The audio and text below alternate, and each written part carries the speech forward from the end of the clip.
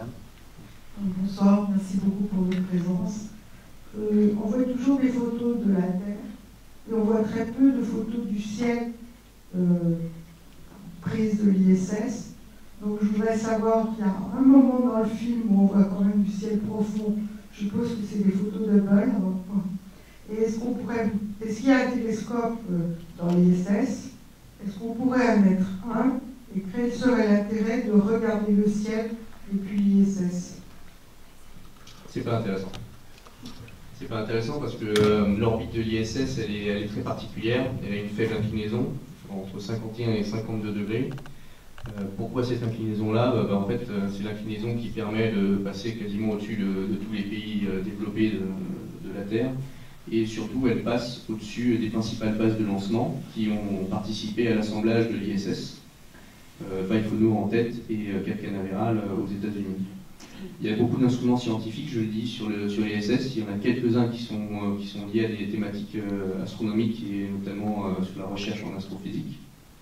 On ne fait pas beaucoup de télescopes parce que cette orbite, elle n'est pas du tout favorable. C'est pas du tout, par exemple, la même orbite que le télescope spatial Hubble dont vous avez parlé, ni du télescope Kepler ou d'autres satellites d'observation astro. Alors on utilise quand même des racks, parce qu'à l'ISS, il y a des racks intérieurs, on va cultiver des salades, on va regarder un peu des cellules dans des boîtes de pétri, comme dans tous les laboratoires du monde. Et on utilise aussi des racks qui sont à l'extérieur, qui sont sur le vide spatial. C'est pratique pour la physique des matériaux et c'est très pratique aussi pour être exposé au quasi-vide de l'espace, puisqu'on est quand même pas loin de la Terre, on est encore dans des couches très très hautes de l'atmosphère, il y a toujours des molécules. Et on va regarder un peu quelles sont les molécules, quelles sont celles qui se trimballent par là, et s'il n'y en a pas des plus intéressantes que d'autres, notamment des rayons cosmiques, des choses comme ça.